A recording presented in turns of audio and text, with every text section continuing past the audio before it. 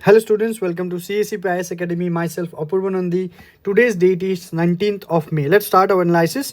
Students, आपको ये PDF अगर चाहिए, मैं everyday आपको ये कह रहा हूँ कि अगर आपको इस PDF चाहिए which is full of content rich, तो आप इस Telegram channel को join कीजिए. So students, without any delay, let's start with the topics today.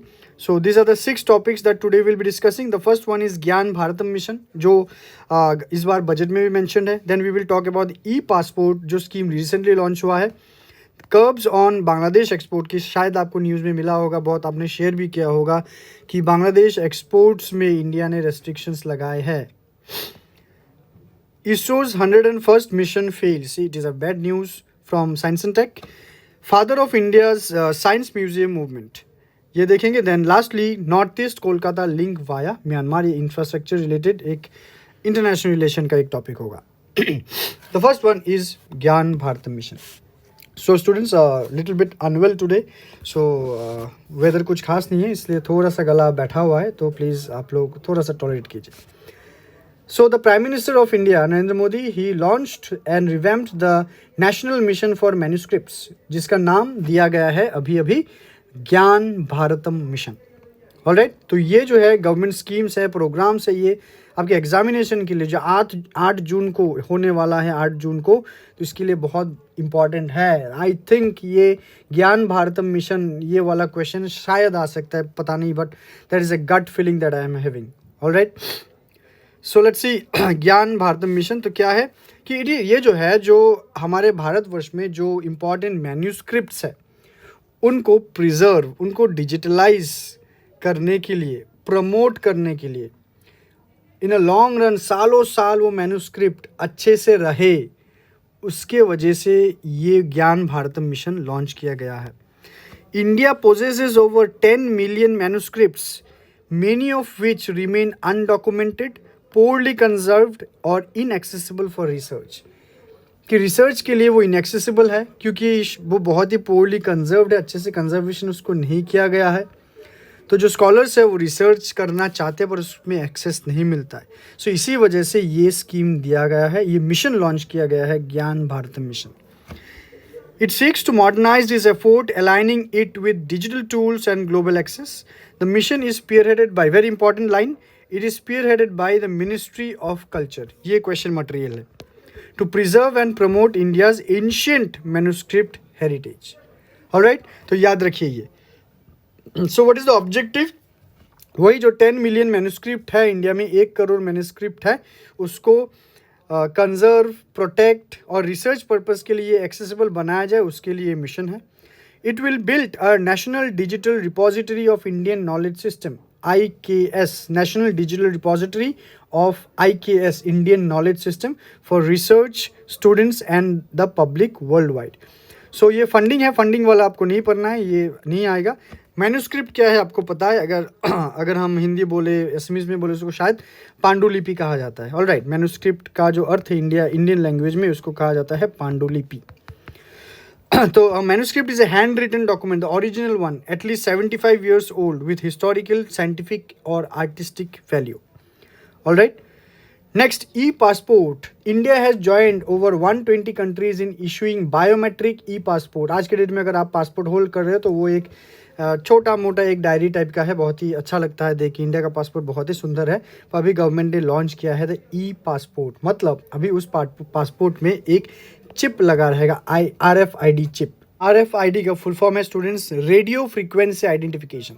आप ये लिख सकते हो, रेडियो फ्रीक्वेंसी आइडेंटिफिकेशन. ओके, और उसके साथ एक छोटा मोटा एंटेना भी शायद होगा, which will be encrypted tamper resistant storage. मतलब जैसे कि उसको टच करने पर, कहीं पर इंसर्ट करने पर सारा का सारा आपका डेटा वहाँ पर रजिस्टर हो जाएगा, which will save your real time. An e-passport is an upgraded version of traditional passport featuring a radio frequency identification chip, जो कि RFID chip है, and an antenna embedded in the back cover, secure storage of biometric and demographic information of the passport holder. ठीक है, तो मतलब ये जो scanner होगा, स्कैनर में टच करने के साथ साथ आप ऑटोमेटिकली खुद ब खुद आप चेक इन बहुत जल्दी कर सकते हो।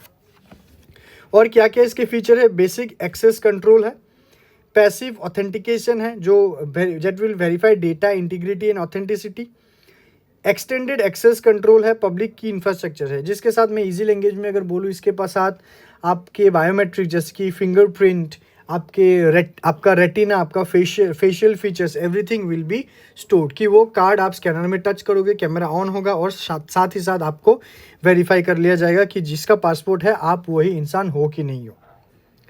और तो बेनिफिट क्या होगा, एनहेंस सिक्योरिटी, ठीक है, कोई भी वो चोरी मतलब कुछ भी घोटाला करके स्कैम करके वो इधर उधर घुस नहीं सकता, आइडेंटिटी थेफ्ट नहीं होगा, फॉर्जरी नहीं होगा, टेम्परिंग होने के चांसेस कम होगा, फास्टर इमिग्रेशन होगा, बहुत जल्दी आप जो एयरपोर्ट के जो काम है आने जाने का वो जल्दी बहुत कर सकते हैं।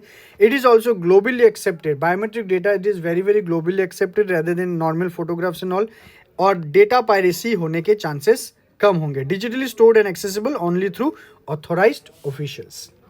ऑलराइट, तो यहाँ पर ये न्यूज़ है, यहाँ से आप देख सकते हो। सो इंडिया लॉन्चेस न्यू ई पासपोर्ट्स इन 13 सिटीज़। तो व्हाट आर द 13 सिटीज़, आप यहाँ पर ये लिस्टेड डाउन है, प्लीज रीड इट।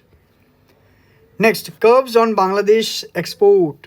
तो बांग्लादेश जो एक्सपोर्ट करता है इंडिया में, मतलब इंडिया जो बांग्लादेश से इंपोर्ट करता है उसमें रेस्ट्रिक्शंस लगाए गए हैं। ऑलराइट, तो let's see what is the restrictions. जो इन मई 2025 India impose trade restrictions on Bangladeshi exports, ठीक है। तो ये कुछ बिकॉज ऑफ ये पाकिस्तान के साथ जो क्लैश हुआ है, Bangladesh has to stand with Pakistan, तो इसकी वजह से एक डिप्लोमेटिकली एक रिटेलिएशन आप कह सकते हैं इसको। ऑलराइट, तो यहाँ पर डेटा दिया गया है, इंडिया और बांग्लादेश का जो बायलैटरल ट्रेड है, कितने का एक्सपोर्ट है, कितने का इंपोर्ट क्या है, यहाँ पर ये लिखा हुआ है। It is very important, you must see this, कि जैसे कि इंडिया और बांग्लादेश के बीच टोटल $14.01 बिलियन का ट्रेड होता है। So India exports to Bangladesh, India जो भेजता है वो 12.05 बिलियन का है, और बांग्लादेश जो भेजता है इंडिया को, मतलब इंडिया जो इंपोर्ट करता है वो है $1.97 billion. Alright, India Bangladesh is the second largest trade partner in Asia of India, और बांग्लादेश का India is the largest trade partner in South Asia. So जो ब्लॉक प्रोडक्ट्स किए गए हैं, मतलब garment, furniture, snacks, carbonated drink, cotton yarn, plastic goods, okay. अभी ban मतलब this is not ban, ये ब्लॉक किया गया है, मतलब रूट कुछ रूट ब्लॉक किए गए हैं, मतलब नॉर्थ ईस्ट में वो रेस्ट्रिक्टेड है कि बांग्लादेश से नॉर्थ ईस्ट में गुड्स नहीं आएंगे, but this goods can land in the Kolkata ports. Kolkata के जो पोर्ट्स हैं वहाँ पर ये लैंड कर सकते हैं, पर नॉर्थ ईस्ट में वो नहीं आ सकते हैं डायरेक्टली फ्रॉम बांग्लादेश, ठीक है। और these are the exempted things, but आप जस्ट डोंट गेट कन्फ्यूज कि बैन हो गया है, कुछ बैन नहीं हुआ है, जस्ट रूट को रेस्ट्रिक्ट किया गया है। So what are the permitted roots, Kolkata, नवसेवा for garment, transit exports to Nepal और भूटान। कोलकाता में आ सकता है, गारमेंट के लिए नवसेवा से वो जा सकता है, और जो गुड्स नेपाल और भूटान में जाने वाला है उसमें कोई भी रेस्ट्रिक्शंस नहीं है, पर इंडिया में आने वाले goods restricted from north east. Alright, so this is the background, जो whatever I have told you कि बांग्लादेश के साथ रिलेशंस कुछ अच्छा नहीं है, और बांग्लादेश ने भी इंडिया के ऊपर बहुत कुछ रेस्ट्रिक्शंस लगाए हैं, कुछ नॉन टेरिफ बैरियर्स बांग्लादेश ने भी लगाया है, जैसे यार्न में, राइस में, और इंस्पेक्शंस कुछ ज़्यादा बढ़ा दिया है। और बॉर्डर में बहुत ज़्यादा इंडियन गुड्स के इंस्पेक्शंस हो रहे हैं, तो that resulted into a decline in trade. Okay, so Bangladesh का क्या, इंडिया का क्या स्टैंड है, Bangladesh can not cherry pick benefits, मतलब बांग्लादेश बेनिफिट्स को चुन के नहीं ले सकते, that must be bilateral and not unilateral. India insist on a balanced and fair trade environment before resuming to open transit. Alright, so next, ISRO's 101st mission fails, ठीक है। सो let's सी कि ये जो रॉकेट, ये PSLV है जो ये उड़ने वाला था from Satish Dhawan space centre from in Sriharikota, वो फेल हो गया है एट द लास्ट मिनट। तो यहाँ पर आप देख सकते हो, साइंस एंड टेक के लिए बहुत इंपॉर्टेंट है कौन सा रॉकेट यूज़ किया गया है। यहाँ पर PSLV C61 XL version, India's most reliable launch vehicle, ये फेल हुआ है। Satellite on board earth observation satellite with 1700 kg with synthetic aperture radar, ठीक है। ये थोड़ा सा इंपॉर्टेंट है, ट्रिवियल है, बट उतना भी इंपॉर्टेंट नहीं है। तो इंटेंडेड ऑर्बिट, कहाँ पर वो ऑर्बिट करवाना चाहता था इस सैटेलाइट को, it was your sun synchronous polar orbit में. Stage of malfunction issue occur during the third stage of the rocket. जो 3 नंबर स्टेज है रॉकेट का, उसी टाइम उसको वो फेल हो गया है. स्टेज जो है, मतलब ये इसको आसान भाषा में अगर आपको बोलने जाओ तो मतलब एक थ्रस्ट है. थ्रस्ट मतलब जो प्रेशर नीचे लगाता है रॉकेट को ऊपर उठाने के लिए. सो थर्ड स्टेज में क्या होता है कि ये फर्स्ट में तो चलो रॉकेट लॉन्च हो गया, वो थर्ड में अर्थ एटमॉस्फेयर से जब वो एग्जिट करेगा तो एक थर्ड थ्रस्ट एक चाहिए, एक अलग सा एक प्रेशर चाहिए रॉकेट को, उसी जगह पर वो फेल हो गया. अर्थ एटमॉस्फेयर एग्जिट करने के टाइम वो फेल हो गया, मतलब एकदम लास्ट पॉइंट में आप कह सकते हो. सो हिस्टोरिकल कॉन्टेक्स्ट कुछ है पीएसएलवी के बारे में. आप थोड़ा सा पीएसएलवी, जीएसएलवी, ये सब आप साइंस एंड टेक में थोड़ा सा बेसिक्स पढ़ लीजिएगा, आपके प्रीलिम्स के लिए बहुत ज़्यादा इंपॉर्टेंट होगा.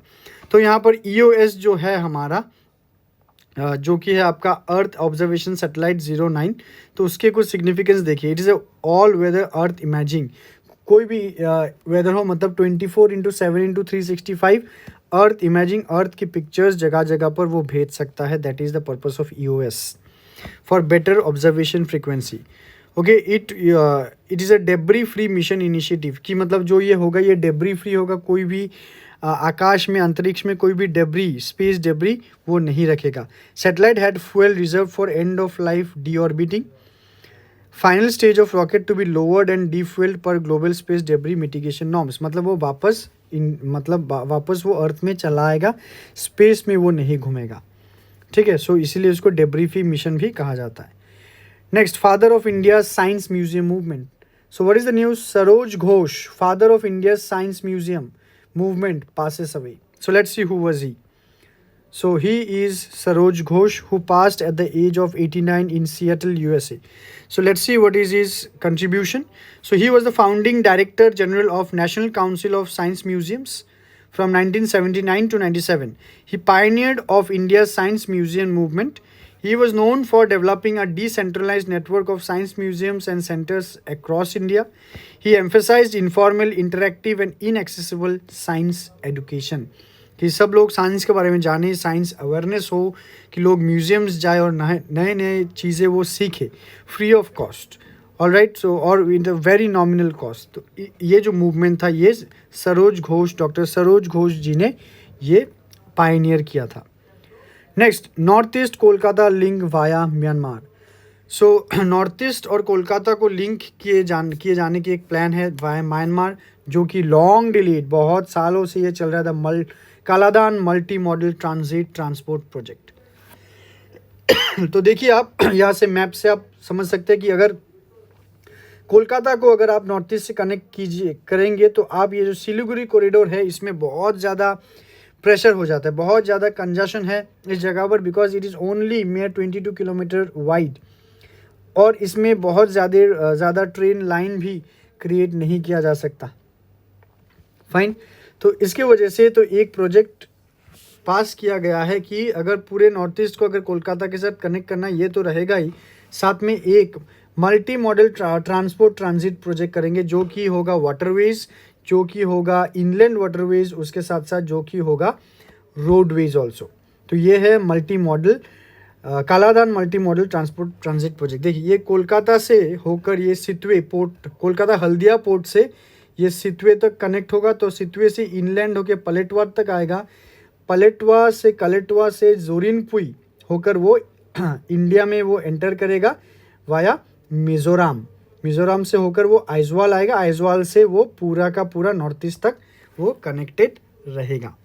ऑलराइट, सो ये पूरा का पूरा जो मैंने बोला है वो पूरा रोड डिस्क्रिप्शन यहाँ पर दिया हुआ है, डू सी इट. ये किलोमीटर्स थोड़ा सा इंपॉर्टेंट है, मतलब एज इट इज़ याद तो नहीं रखना, पर आपको देखना कि रोडवेज सबसे लंबा है या वाटरवेज या इनलैंड वाटरवेज वो सबसे लंबा, ये आपको देखना है. Purpose is what, to connect the India with the rest of the south east Asia और चिकन नेक कॉरिडोर पे थोड़ा सा रश कम हो जाए. ओके, सो ये कुछ और भी थोड़ा सा न्यूज़ है, लाइक योर रिसेंट डेवलपमेंट क्या है. रिसेंट डेवलपमेंट जैसे ministry of road transport and highways, it has approved a new 166.8 kilometre long Silchar highway. Then और बांग्लादेश के साथ अभी टाइज थोड़ा सा ख़राब है, इसीलिए उसमें ज़्यादा फोकस किया जा रहा है अभी म्यांमार में. तो यहाँ पर जियो स्ट्रैटेजिक इम्पोर्टेंस है, आपको पता ही है कि वो already I have told you 2 times chicken neck corridor में थोड़ा सा वो स्ट्रेस कम करने के लिए। और चैलेंजेस कुछ है, जैसे कि म्यांमार ये एक एथनिकली कन्फ्लिक्टेड स्टेट है। अराकान आर्मी अभी उसको कंट्रोल कर रहा है कुछ कुछ पार्ट्स ऑफ म्यांमार, जिसके वजह से कंस्ट्रक्शन में बहुत ज़्यादा डिले हो रहा है। ऑलराइट, शुक्र है अभी भी कुछ डिस्ट्रॉय नहीं हुआ है उस कॉन्फ्लिक्ट में। So student, these are the MCQs.